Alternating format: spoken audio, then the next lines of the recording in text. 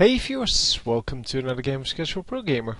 Today we're doing a pro level 2 versus 2 between mouzCCMaNa plus mouzThorZaIN and BLASTԹsYz and BLASTTKrr. So this is for the HP trophy or whatever it's called. Yeah, it's called the HP trophy. Anyway, it is in the title, so don't worry about it. So, pro level 2v2s, this is a best of 3, and this is game number 1. So we are playing on a 8-player map, meaning that since you always spawn in the same, well, in 2 positions next to each other, there are 4 possible places where your enemy, where you can actually spawn. So 3 places where your enemy can be. And we see this early scout scouting the wrong way, going to scout the enemy last, whereas this overlord will scout them immediately.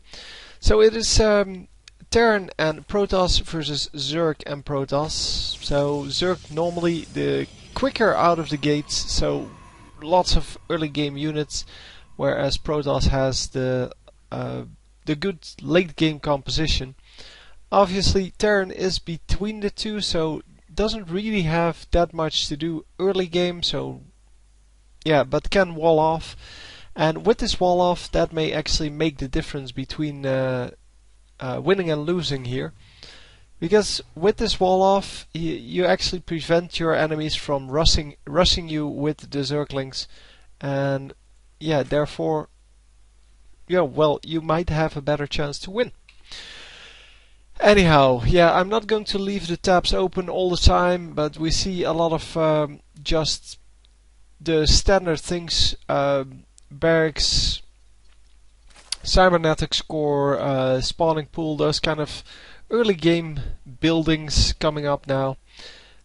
Obviously everyone is still producing workers. We see gas going down, we see gas over here, and no gas over here. That is surprising, so going for marines only it seems, and gas over here. So unfortunately I cannot keep track of who gives minerals to well, allies. But yeah, we see this wall off now completed, and since this is for a tournament, I'm assuming this is serious play, and that's why, well, people are going to try hard a little bit more. I don't know why you would put a bunker over here, but I guess, yeah, it is good when you lift off your barracks. But for now, they are just happy defending that over here. First units coming in now, 6 Zerglings and a Zealot. And the Zealot is just there to scout the front, seeing what is happening here, and going to back off. So a sentry, just to make sure that this supply depot doesn't get overrun, because supply depots only have 400 hit points, so it is pretty important to keep that alive. Yeah, the probe just going to scout, and scouts that there is a pylon over there. Pretty sure that wasn't just a scout, but well, there's not a whole lot it could do. So the sentry is going to harass a little bit here, but I think this, yeah, this supply depot is in some need of repairs really early on, and 4 SCVs actually pulled off the line to repair that. That is quite a lot. But yeah, with the multiples of these stalkers coming in, it is going to be harder and harder to defend that. And yeah, that's indeed why the bunker is there, just to make sure that that he can hold the line even when this bunker goes, when this supply depot goes down. So a lot of pressure coming out from the red team here, from team, what were they called, Blast, and yeah, the blue team, all they can do is just build up because of these early attack units from the Zerg player. Obviously the Protoss player has some decent units as well, but it is mainly those pesky banelings as well as the Zerglings that cause all of the problems for well, non-Zerg armies. And here we go, going to snipe these buildings, sniping only one actually. And are they going to be able to repair this? The bunker is still pretty much full health after the repairs, and well, a little bit of repair being done. And the barracks are going to fall. Oh, that is a shame. That would be a big win if he could actually keep that. So one baneling may have detonated there, yeah, but no real damage done. So the banelings get thwarted by the force fields, which is why this Protoss player builds sentries, while the other Protoss player builds attack units, well, zealots, stalkers. Sentries are more of a defensive thing, and yeah, since the Zerg team is supposed to go aggressive early on, the other team is going defensive early on. And their late game army is going to be better because, yeah, as I said, the Protoss normally has the best late game composition, and Terran is between the Protoss and the Zerg. So, yeah, we will probably see a better army coming out from this blue team in the later game, in the middle game and late game.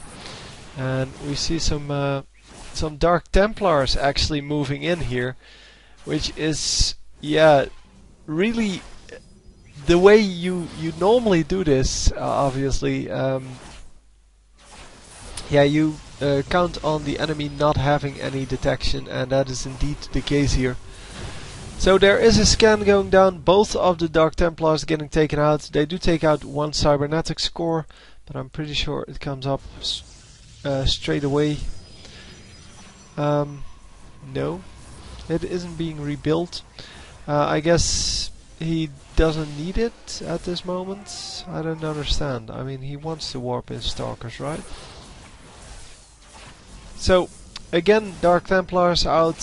He is now able, well, to actually put down cannons, and the cannons will detect the Dark Templars, obviously. So Dark Templars spreading out, one to the top, one to the bottom, and there is an observer out now for someone. Did they produce an observer? Yes, it has to be. I mean, it's not a red observer. This overlord hanging out over there.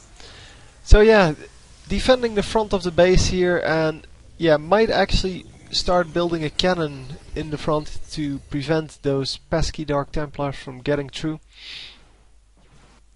And yeah, a large group of units actually grouping up.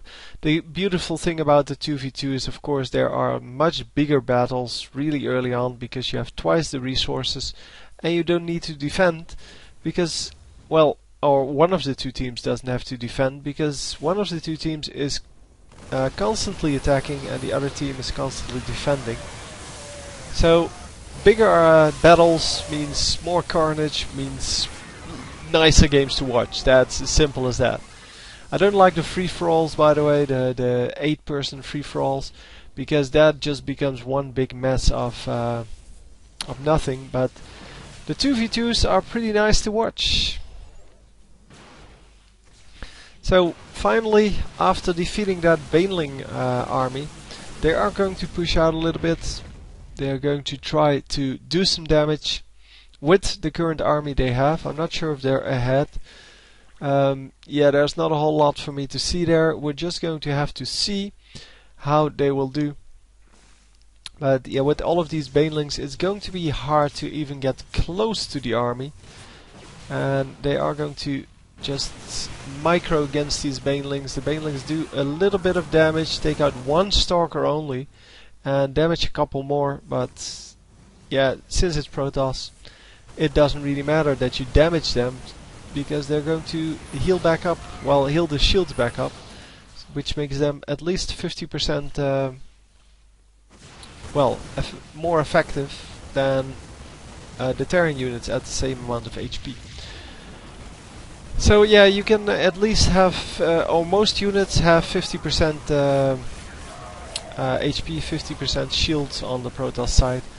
And wow, a lot of damage going off on these Marines. The Marines getting wiped out and the rest of the army also getting wiped out. So now they are going to counterattack, and the question is, what does the blue team have to stop this? There is a bunker coming up, another bunker, and a new orbital command here. So, quick expansion. Actually, 2 expansions. Wow, that's really ballsy. Now finally expanding for the red players, who could have expanded right off the bat because they were the aggressors and the enemy wasn't going to attack them back. So the bunker apparently holding off this army for now. Although one of the SCVs gets sniped, but that was just a scouting SCV, so it's all good. It's all good. So yeah, no mining going on over here, well, except for this one lonely guy. But I'm sure there will be probes incoming. Yep, there they are. And the probes are going to, well, just make sure that this main base doesn't run out of minerals too quickly. So they can always withdraw back into the original base, the main base. And this Nexus is going to go down really quickly. And in the meantime, yeah, this army is waiting for the red army to actually engage on them. But yeah, too many zealots. The stalkers cannot really handle that very well. And finally the Marines coming to clean up this mess. And they are going to win this fight.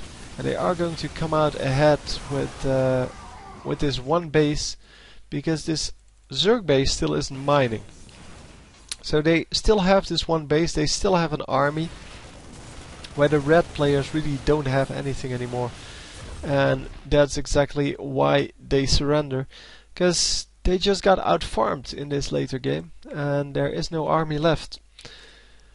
So, yeah, pretty fast-paced action. Yeah, let's go on to game number 2. Hope you enjoyed. I will see you next time. GG.